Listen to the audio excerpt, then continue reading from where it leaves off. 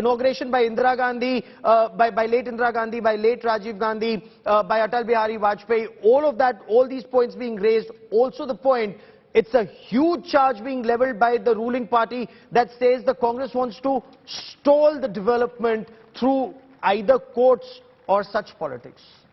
Number one, the gentleman from the BJP has again, forgotten the fact. He's saying that India was really prospering when the COVID time had really hit us bad.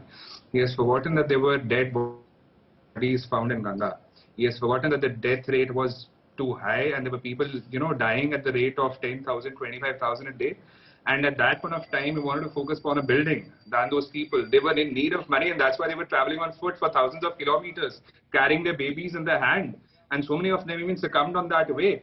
So I think the BJP really needs to get their priorities right. Number two, the parliament is not yet ready, like the gentleman from the BJP suggested. Then why do you have to unveil it? Why do you not wait for all of it to happen in one go? Why does it have to happen in fractions and pieces just because you want to fetch brownie points, just because you want to be in the media, you want to get some headlines? That's why you do it in a piecemeal fashion.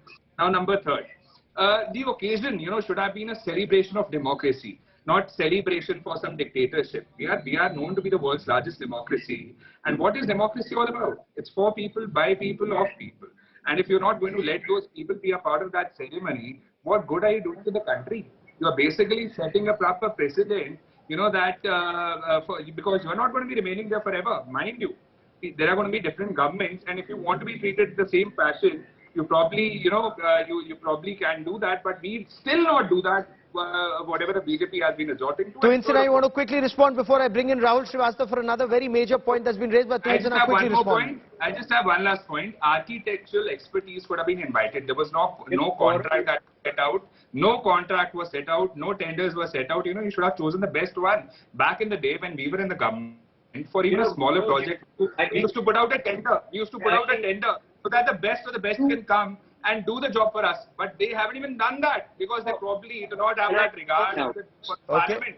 Probably do not have that regard for the democracy. Twin Sena wants to respond. Twin Sena, quickly respond before I bring in Rahul Srivastava. Let me quickly respond to both the questions. When it comes to the exaggerated COVID death figures, I think, you have covered COVID deaths extensively. You can explain to the Congress gentlemen that the deaths per millions and the cases per million of COVID cases in India continue to be the lowest in the world, which they cannot fathom, which they cannot understand. Number two, the question, why is the inauguration happening now? Please understand that the Honorable Prime Minister has put the laborers, has put the construction, the people who are involved in the construction at the forefront. Every opportunity is utilized to honor the Shramjeevis, the laborers who are involved with the construction. Do you have a problem with that?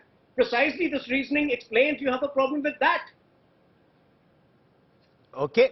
Rahul Srivastava, there's another point that is being raised about a secular democracy, pluralism and the puja. Bring us details, Rahul. Yes, Gaurav, there is a bit of a question mark over the two facts. One, whether invites were sent to all opposition, because the opposition is intrinsic part of a parliament and a democracy. And this is a building for democracy which should not be seen in brick and mortar, but it should be seen in the spirit of the building. And in that, the opposition is perhaps as critical a component of the parliament. So whether invites were sent out is a question mark. The second is that the interfaith prayers which were held last time around on the 10th of December 2020 when the foundation stone was laid, this seems to be this time a single faith kind of a ceremony. That was it an omission? Was it, what were the reasons? The government is yet to explain. But the fact is that question marks will be raised, that whenever there is an event of this caliber, be it paying homage to a departed senior leader, we have interfaith prayers. We do not, or ceremonies. We don't have single. And I think that's one point where the opposition does need answers from the government.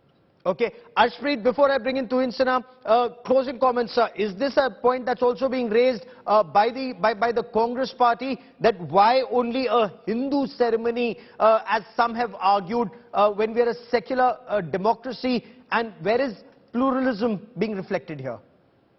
Definitely. See, in the parliament, we have people coming from all regions, all communities. Therefore, why do we not honor them all? Because all of them, every single one of them contributes to the democracy that we live in today. And we are known for secularism. I don't know what the BJP believes in, but we definitely believe in secularism and honoring everybody. And second of all, the BJP party hasn't admitted to the fact that they did not even send an invite in the first place. And, the BJP party is saying that back in the day you did not attend it because your priorities were people and not the building. Nevertheless, that was our decision. Your decision as the government should have been to send an invite at least. That Okay. would have been a secondary thing if Okay. you would have come on. Tuvin Sinha, last 30 seconds on the show, sir. One, did an invite go out to opposition? If not, why not?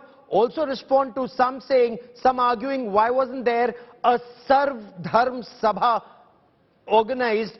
Parliament belongs to all Indians, all religions.